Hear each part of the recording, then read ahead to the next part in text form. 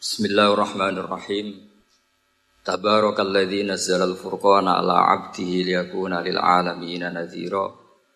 Allahumma shalli wa sallim ala sayyidina Maulana Muhammad wa ala alihi wa sahbihi wa barik wa sallim asma'in amma ba'du. Al-Mukarram kang kita hormati, Bapak kita semua, orang kita semua, Kiai Haji Agus Ali Masyuri. Sedanten para habaib, para ulama, para kiai. Wabil khusus Dr. Yusri Matta'akumullah wa atala baqa'akum lil muslimin. Tamu-tamu undangan yang kami hormati, di sini ada Bapak Muhaimin Iskandar, semua adik-adik santri yang saya cintai, yang saya hormati. Ini pertama kali saya pakai serban. Insya Allah tidak sampai 1 menit nanti saya copot. Karena untuk gus-gus muda itu ada kaedahnya. Katanya dulu pakai serban setelah bisa baca Wahab. Kalau sekarang enggak, kalau sudah kaji dipanggil abah ya pakai serban. Saya ini santri sarang mulai kecil. Dulu pakai fikih, model usul fikih. Jadi kalau keyakinan Mbah Maimun itu kalau ada santri pakai peci putih itu dimarahin. Katanya beliau, wong desa iku kaji adol Tegal adol sawah, mbok saingi kedul 5.000. Jadi nglarani kiai iku nglarani wong desa iku dosa kata-kata. Tapi beberapa kiai pakai peci putih karena sunat. Akhirnya saya sudah haji tapi keterusan pakai peci hitam karena mulai kecil diharamkan terus keterusan itu. Pakai serban juga gitu, dulu ada kaedahnya katanya boleh pakai ini harus setelah ini terus keterusan nggak pakai. Tapi ini alhamdulillah dikasih sama Gus Ali ini saya terima. Nah ini iaro apa tamblik tidak tahu. Teman-teman bahasa Indonesia Jawa pancasila ngono. Bahasa Inggris ngono. Jadi bahasa Inggris favorit, understand deh. Jawa mawon dia santai-santai mawon dia. Ini saya tidak tahu, saya harus istighfar atau harus syukur. Karena kenapa saya berpikir ini kalau butuh istighfar nopo syukur, mergi termasuk yang paling saya hindari itu acara seperti ini. Cuma ada 2% pengecualian, yaitu guru, keluarga, temannya bapak. Ini Gus Ali termasuk masuk kategori temannya bapak. Saya itu berkali-kali diundang acara publik itu tidak pernah mau. Satu, mungkin nggak bakat juga nggak ingin. 2, saya tidak cukup punya kemampuan untuk menjelaskan konstruksi Islam yang utuh hanya dalam waktu 1 jam. Karena keyakinan saya ngaji itu harus khatam. Karena saya ini trauma. Kalau ngaji di depan, musannaf bilang kama sayati, sebagaimana yang akan datang. Setelah belajar di belakang kama sabako, seperti yang sudah kelewat. Sehingga gara-gara itu saya kalau sinau itu khatam dari min awali hatta akhiri. Karena yang satu di depan kama sayati, setelah di belakang kama sabako apa kama takotam. Yang jelas ilmu yang saya tekuni memang ilmu tafsir. Gus Ali tahu betul tentang bapak saya. Karena mulai kecil saya ini menangi beliau belum tenar-tenar amat, sampai sangat tenar. Mungkin sampai langit kayak khawas ya. Begini, dulu saya di sarang itu pernah rois takrib, rois Fathul Mu'in. Tapi yang menjadi saya tambah alim itu gara-gara gejolokan bapak begini. Hak, dhisik ana wong imami, saking semangate ngapalno hal ataka haditsul ghasyiyah. Jumat-Jumat itu. Karena dia ingin keren ya pakai surat panjang gitu. Terus dia datang ketika takbir langsung baca Bismillahirrahmanirrahim hal ataka haditsul ghasyiyah. Makmumnya bilang subhanallah. Karena dia agak pede dengan surat yang panjang diganti kul ya ayyuhal kafirun. Makmumnya masih bilang subhanallah. Sampai berkali-kali diganti surat kulhu, ya makmumnya tetap bilang subhanallah. Karena nggak tahu caranya mengingatkan kalau imam itu tidak baca Fatihah. Karena ada satu cara yaitu kon ngelingno ngangge napa? Subhanallah. Akhirnya wonten makmum sing nekat ora maca Fatihah. Nah pertanyaan bapak saya, kamu harus berani ijtihad, merubah hanya satu pakem, mengingatkan imam tuh pakai subhanallah. Karena kalau kasus seperti ini nggak cukup diingatkan subhanallah. Niki adik-adik, kira-kira batal mboten ngelingno imam muni ora maca Fatihah. Kalau sampean bilang batal berarti nggak ada solusinya. Kalau bilang sah itu beberapa kalimat yang dalam pakem sholat itu apa? Membatalkan. Sampean milih batal apa enggak? Enggak polling saja kayak pemilu. Sampai saya tuh cari-cari, akhirnya ketemu juga di kitab Mizan Kubro diterangkan oleh Imam Malik bahwa kalamul musolli, musolli itu ngomong, kalau itu manfaat, tapi jangan ditiru loh ya. Dan darurat, ya, dan darurat, maka itu boleh dan tidak membatalkan sholat. Misalnya imam sholat kemudian di bawahnya ada bom atau ada ular kobra, kalau nggak ada cara ya mau tidak mau harus diingatkan pakai kalimat. Karena kalau subhanallah tok nanti gonta-ganti surat saja. Tahu-tahu mati dipatok ular apa? Kobra. Sehingga dari gejolokan-gejolokan seperti itu akhirnya saya berpikir, sampai saya nyari kitab-kitab Al-Madzhabul Arba'ah, karena memang nggak cukup. Terus pertanyaan kedua kata bapak saya tentang tradisi misalnya orang-orang kampung kalau bikin batu bata itu dari tanah, kemudian kadang makjunun bisirjin, kadang dicampur dengan apa? Sirjin. Nggak usah diterjemah, ini sambil latihan bahasa Arab katanya. Masa pondok internasional nggak bisa bahasa Inggris sama bahasa Arab? Jamu makjun. Makjun ya. Ternyata mazhab Syafi'iyahnya membolehkan atau nganggap alatut tohara itu dua, alma wa turab. Tapi ternyata dalam mazhab Hanafi termasuk alatut tadhir atau alatut tohara itu an-nar, yaitu api. Alasan Abu Hanifah, orang mukmin yang banyak dosanya itu untuk masuk surga itu disucikan dulu di neraka. Artinya an-nar itu al-mutahhirah. Nar itu gunanya mensucikan. Sehingga batu bata karena sudah mengalami proses dibakar, maka berarti suci meskipun makjunun bisirjin. Ya tapi jangan pakai tayamum, pakai apa?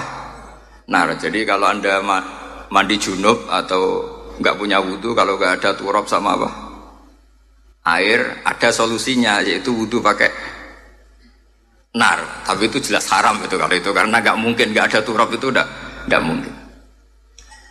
Sehingga ini penting, gejolokan-gejolokan para ulama, para guru ini penting, karena ternyata para nabi itu menjadi pinter itu ya karena digojlok pangeran.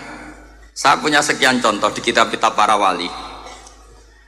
Ketika datang malakul mauti ke Nabi Ibrahim dan akan mengambil nyawanya, itu Nabi Ibrahim tangklek, kowe sapa? Aku malaikat. Ono apa? Ditugasno pangeran mencabut nyawa Anda. Terus kata Nabi Ibrahim, apa kamu tahu saya ini siapa? Ya tahu, Anda Khalilur Rahman, kamu kekasih Allah. Terus kata Nabi Ibrahim, hal ra'aita habiban yumitu habibah, masa ada kekasih membunuh yang dikasih? Pasti Anda salah. Ya karena malaikat nggak pernah ngaji di sini, di progresif ini, dia tidak bisa jawab. Akhirnya niki kalau pamit, niki kalau sembuh niki cekap, niki cekap, bingung, betul kulino nih bingung nih.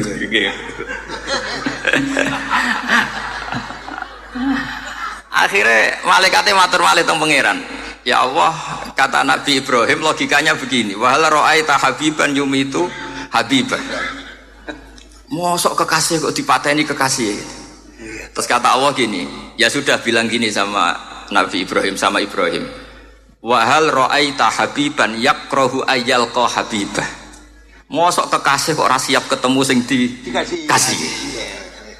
Akhirnya Israel datang lagi. Balik mana? Gini logikanya dibalik sekarang begini gitu.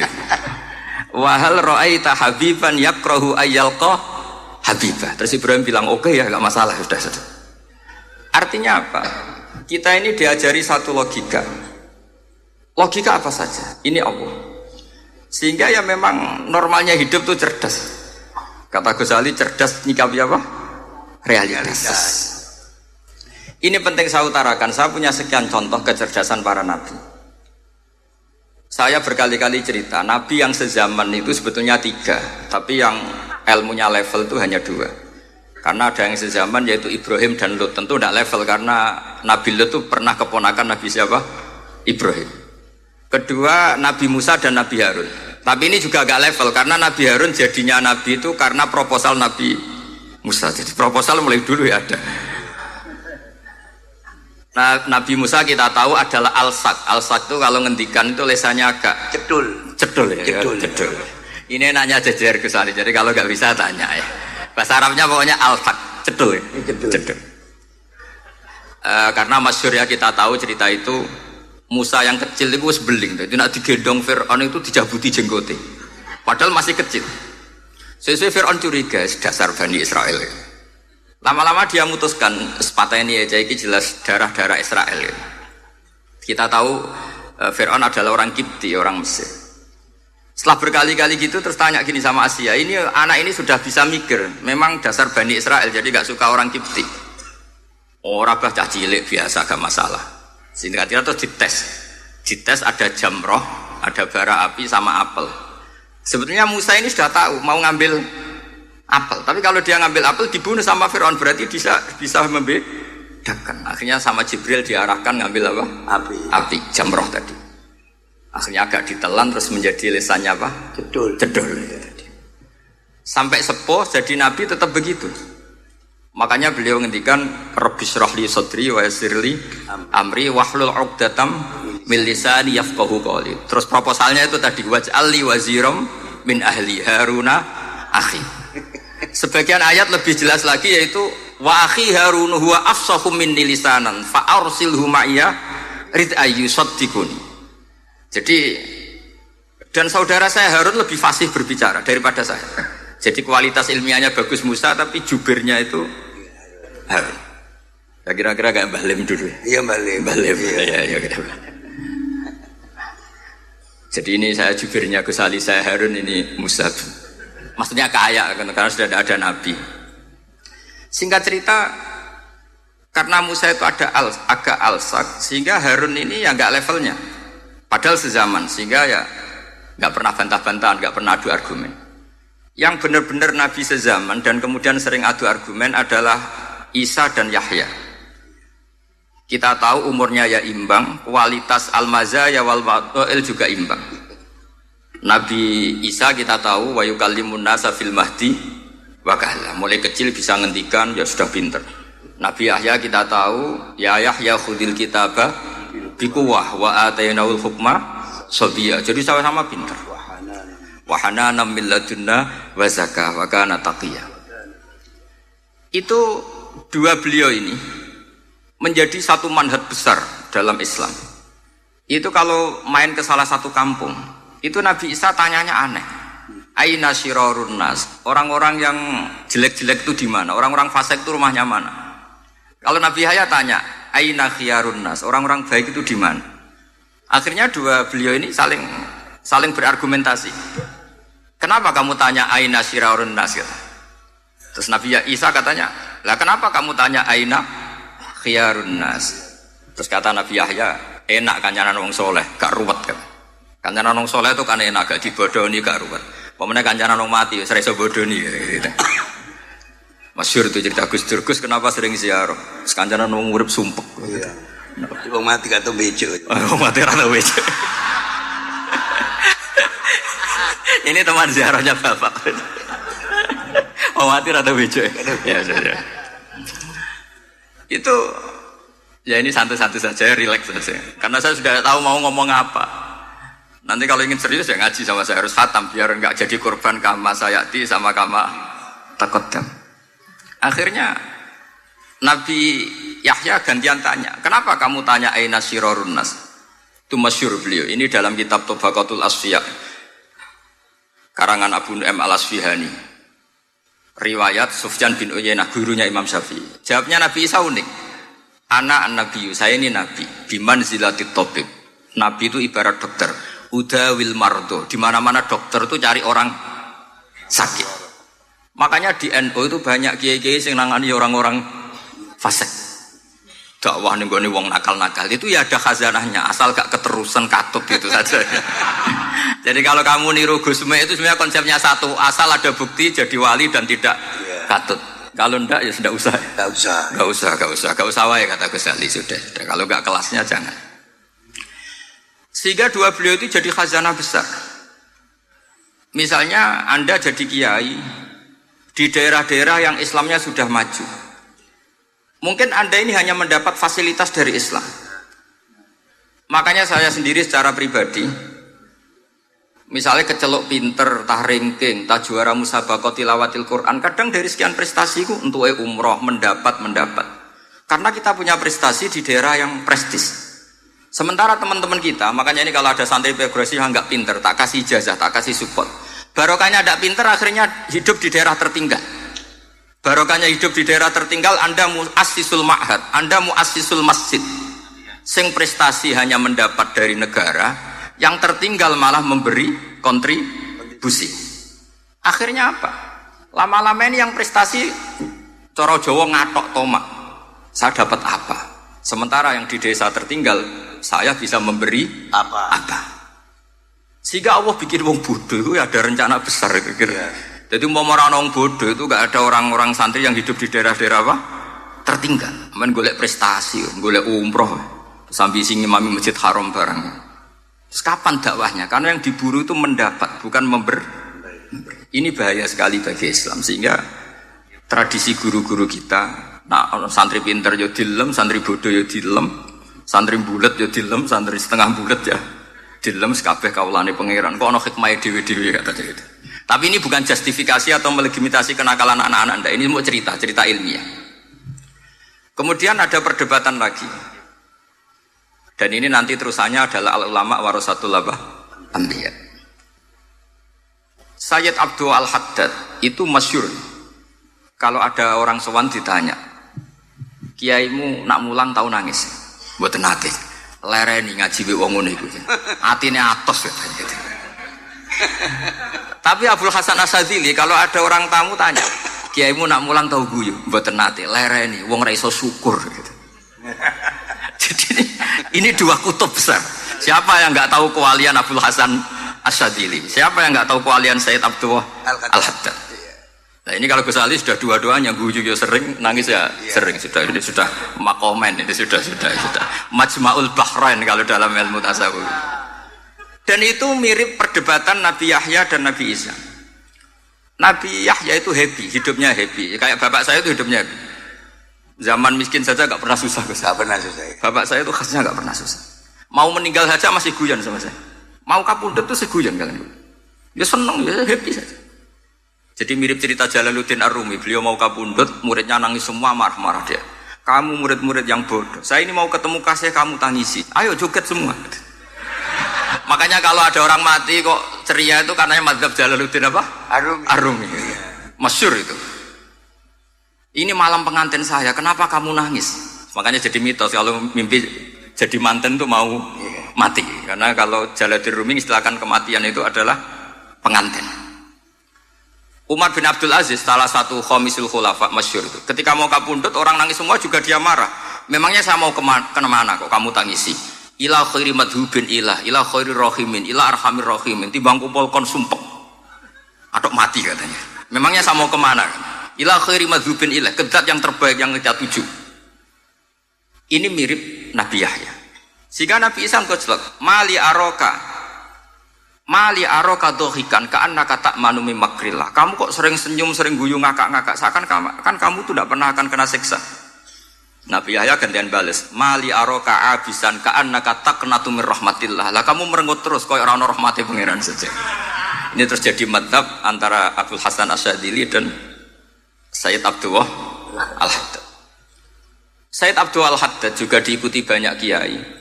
Itu kalau habis sholat tuh masih susah diterima enggak. Sholat kita makbulah apa enggak, puasa kita makbul apa enggak, sujud kita makbul apa enggak. Tapi kalau Abdul Hasan Asyadzili, kalau ada orang tanya gitu dimarahin. Sujud kula ditampi boten ya Sayyid Abdul Hasan Asyadzili. Gak usah mikir ngono, ditedir sujud wis luar biasa. Orang geruwong ditedir sujud, gak usah mikir ditampa ta ora.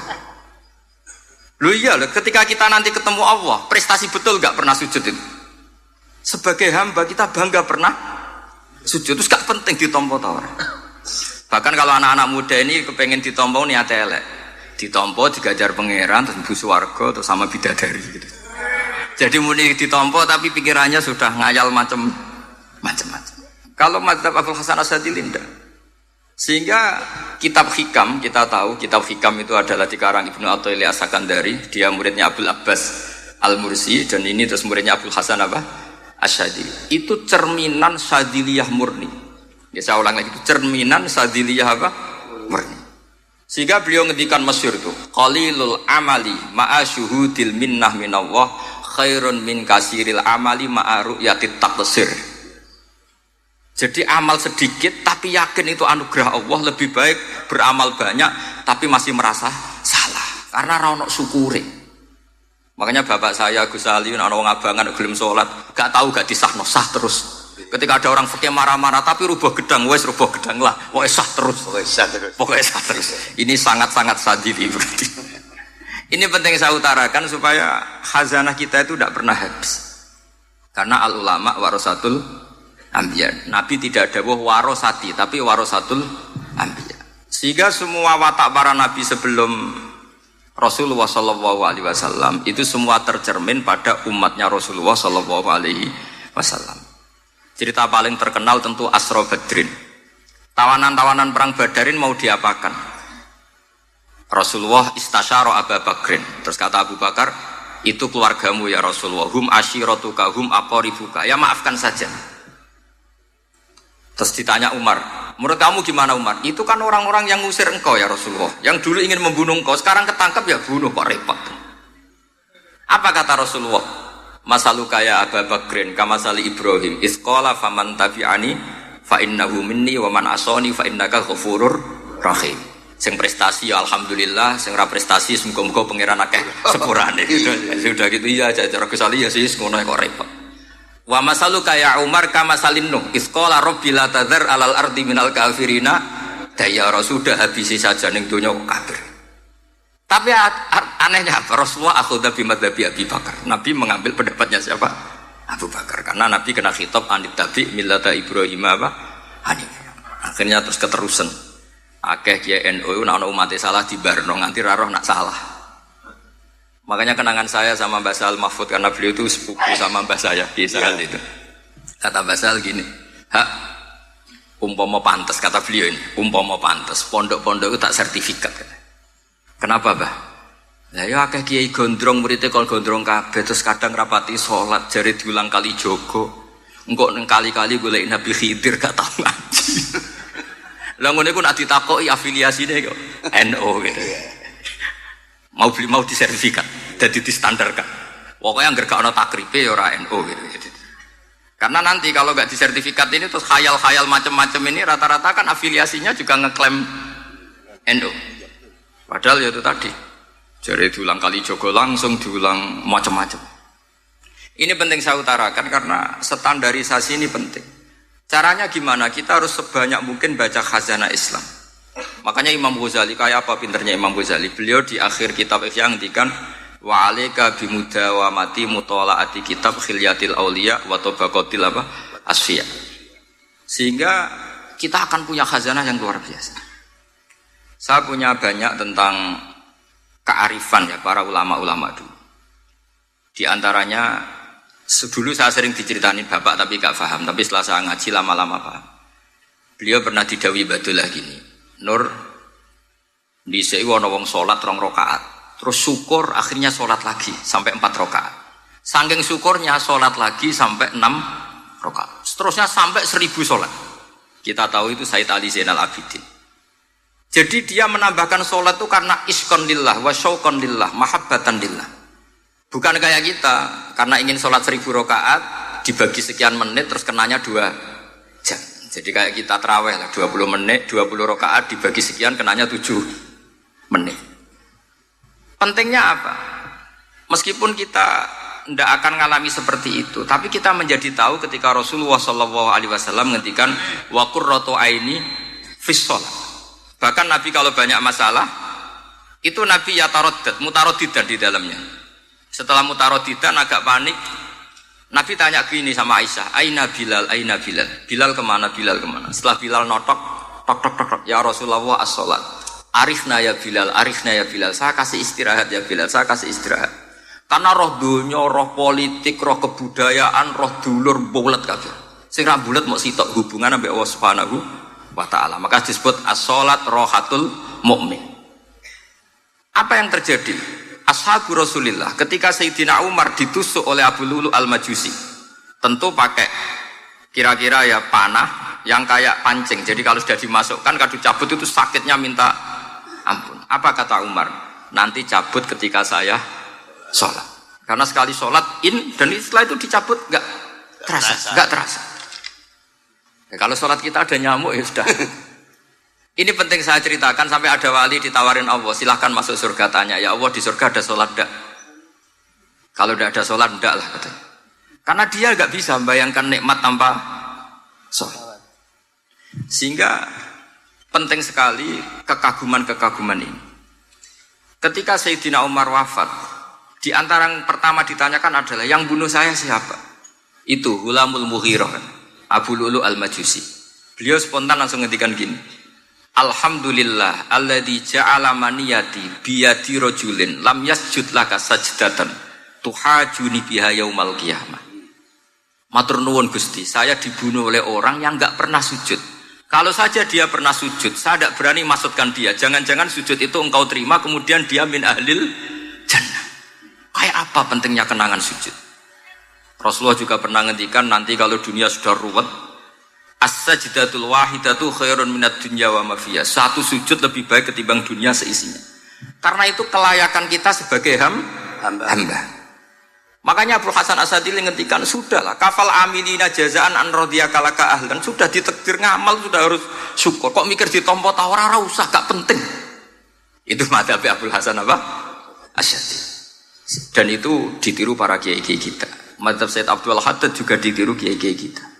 Sehingga sedekah Rasulullah ketika ngendikan al ulama warasatul anbiya. Ini penting saya utarakan karena khazanah kita biar tetap kaya.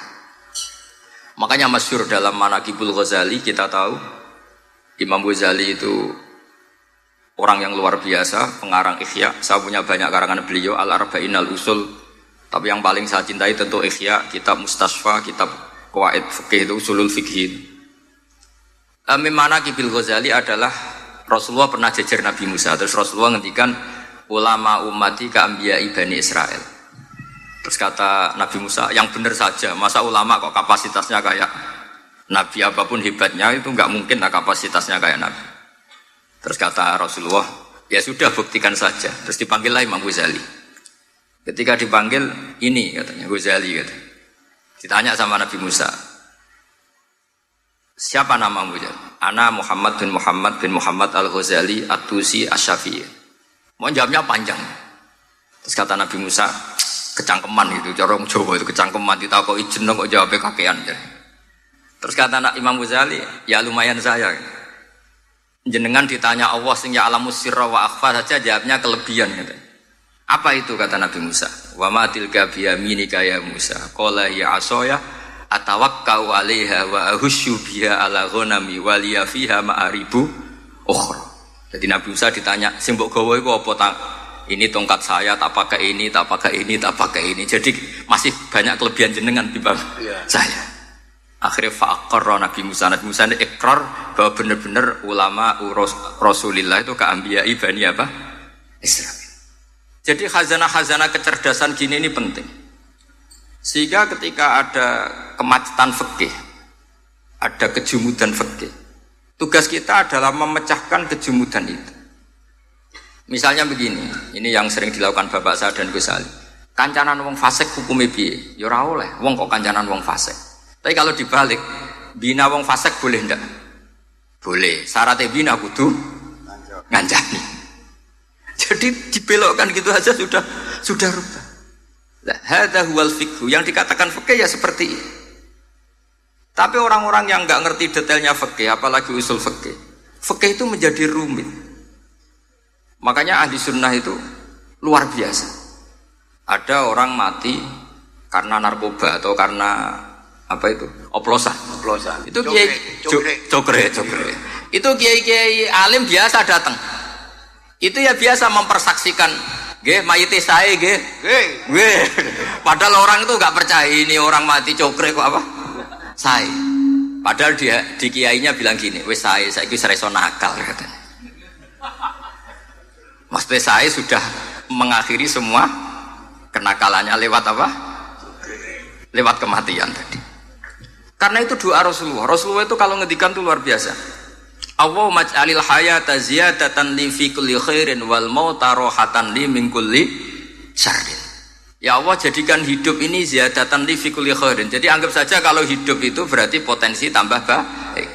Anggap saja kalau mati itu akhir dari segala keburukan. Berarti orang cukri ini mati itu baik apa buruk?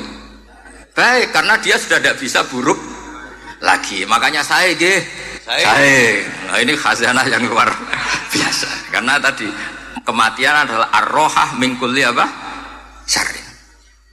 Nah, ini sesi kedua, mungkin ini tinggal seperempat jam atau setengah jam. Saya ini karena biasa ngomong lama. Saya mau menerangkan kalimat tauhid. Ini penting sekali.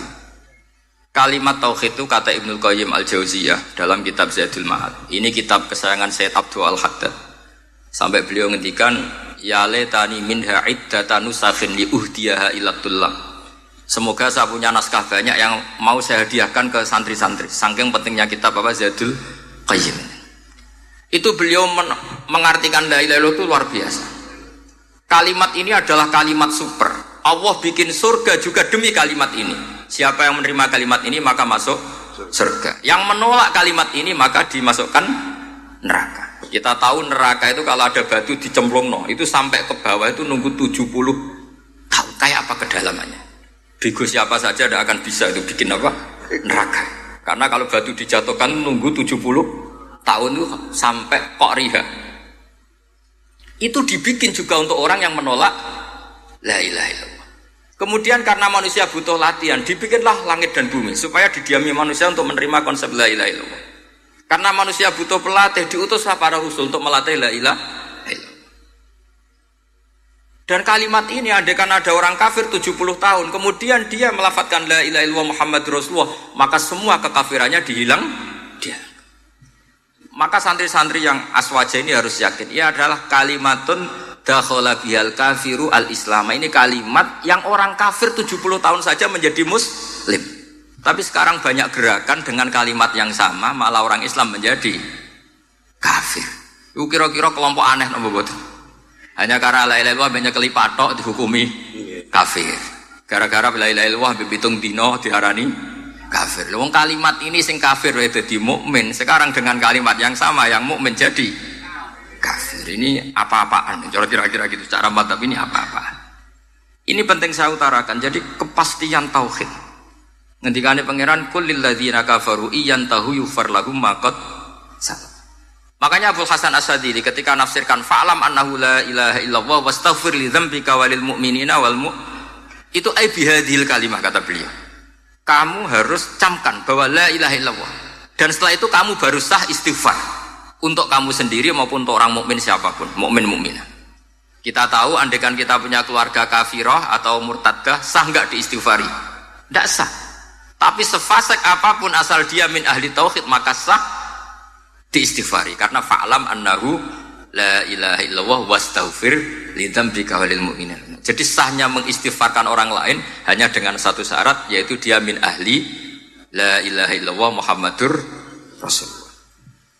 Sehingga dalam cerita-cerita kewalian, dan ini saya percaya cerita ini karena saya pernah menemukan di Musnad Ahmad, saya menemukan di Ithaf syaratnya Ihya, juga di kitabnya Said Muhammad Abu Abdul Farad itu. Dulu itu ada wali yang tukang bikin Istanbul itu. Pernah dengar tuh Istanbul itu yang Quran kecil itu. Kalau sekarang kan dibikin masif, 5.000-an. Yeah. Kalau dulu masih asli. Itu Kiai Sarbini itu kayak Mbah Khalil Bangkalan. Jadi karena dia orang penting itu, nak diundang orang itu, ya engkau nak ditakoki pangeran muni rombongan. Jadi kayak Mbah Khalil juga Mesir gitu. Terus ditinggal lagi. Engkau takoki pangeran muni ngenteni Mbah Khalil, ngenteni rombongan. Ya sudah gitu dok. Tapi karena beliau terkenal wali ya. Singkat cerita kalau Sohibul Bait ini enggak terima karena pas 7 hari sampai di sebelah sapi apa-apa ternyata dia tahlilnya sebentar. Terus kata beliau, ya sudah semua makanan itu ditimbang pakai pohon kelapa. yang satu kosongin katanya.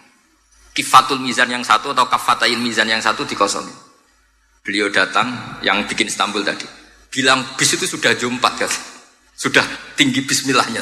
Kata beliau, bismillahku ra genep ae wis ngalahno pakananmu, apalagi genep kata. Ini penting saya utarakan nanti di cerita yang di kitab Musnad Ahmad. Ini perlu dicamkan. Saya hafalkan hadis itu. Inna wa ta'ala istakhlasa rajulan min ummati ala ru'usil khalaik. Setelah dipertontonkan, fayan suruh alaihi tis'an wa tis'ina sijillan kullu sijillin minha maddul basar. Jadi ketika dipertontonkan itu ada satu box, yang satu boxnya itu sudah sepanjang mata melihat. Sudah satu boxnya saja itu mislu maddil basar, sepandang mata melihat. Apalagi di 99. Terus Allah itu fair, Allah tanya, afalaka uzurun, apa kamu melakukan kesalahan banyak ini punya alasan? Enggak katanya. Adzolamat kata badi al-hafidun, apa memang malaikat itu sentimen sehingga salah kamu tok yang ditulis, kalau kamu enggak salah enggak ditulis? Enggak ya Allah. Terus kata Allah, bala innalaka inti hasanah, kamu masih punya satu kebaikan. Ketika Allah bilang kamu punya satu kebaikan, apa kata lelaki tadi? Gunanya apa ya Allah satu kebaikan dibanding kesalahan yang sebanyak itu? Akhirnya kesalahan yang sebanyak itu ditimbang, si timbang satunya itu hanya la ilaha illallah Muhammadur Rasulullah. Fato syat as-sijilat, semua catatan salah tadi kalah. Kenapa?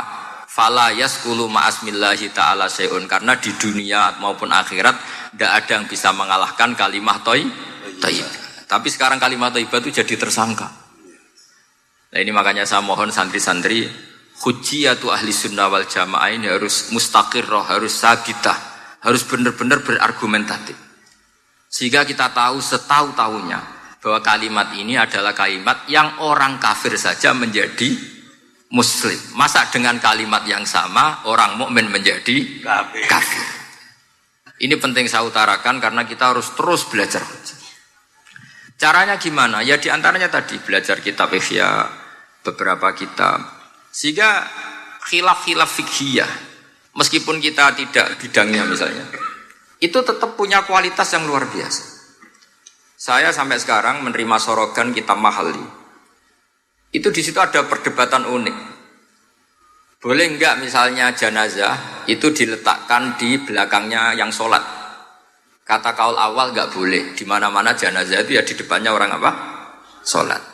Tapi kata kaul sani, ya boleh saja jenazah itu tidak imam katanya. Iya. Sehingga pentingnya kaul sani adalah kalau Anda di Arab Saudi, itu jenazah-jenazah tetap di kamar mayat. Kemudian yang sholat ya di depan jenazah. Karena kalau dipaksakan di depan berarti jenazahnya di dekat apa? Ka'bah. Kayak apa kreditnya Mekah? Nah, meskipun kita tidak melakukan itu karena nanti dianggap aliran apa? Sesat, ada jenazah kok di belakang kita sholat apa? Di depan. Tapi ini ilmu harus kita dengar. Iya. Begitu juga khilafnya kaul qadim dan kaul jadid. Menurut kaul jadid, yang namanya sujud itu harus 7 anggota. Iya. Karena kata Rasulullah SAW, umirtu an asjuda ala sab'ati a'zumin al-jabhah wal yaden wal rukbaten wal kodamen. Berarti al-jabhah 1, yaden 2, kodamen rukbaten 2, kodamen 2. Sehingga kalau kiai-kiai fanatik fikih ku nak anak-anak sujud ngongkrong dipetel-petel loh. Mergo supaya 7 apa? Anggota. Tapi kata Imam Syafi'i dalam kaul qadim, kata beliau wayah tamilu, mungkin saja sujud itu cukup pakai jabhah. Karena dalam doa Nabi itu hanya sajadalaka wajhi wa sam'i wa basori, tidak ada Nabi dongo sajadalaka wajhi wa yadi wa rukbati wa qadami. Jadi kecerdasan ulama-ulama dulu itu luar biasa. Sehingga kalau kita baca pembanding-pembanding itu, lama-lama kita menjadi cerdas. Ini yang terakhir saya cerita tentang Imam Ghazali. Dulu banyak orang yang bermadzhab pentingnya uzlah. Sehingga banyak ulama yang uzlah, alasannya kumpul wong serepot tok, paling gak ngerasani wong lah, minimal dosanya ngerasani wong. Singkat cerita banyak ulama yang uzlah, kemudian umat ini dipimpin aliran-aliran sesat. Terus ulama yang uzlah itu diparani sama ulama yang sudah jadi wali. Ya akalatal hasis karena dia di hutan sehingga makannya hanya rerumputan. Taraktum ummata Muhammadin sallallahu alaihi wasallam fi aidil mubtadi'ah.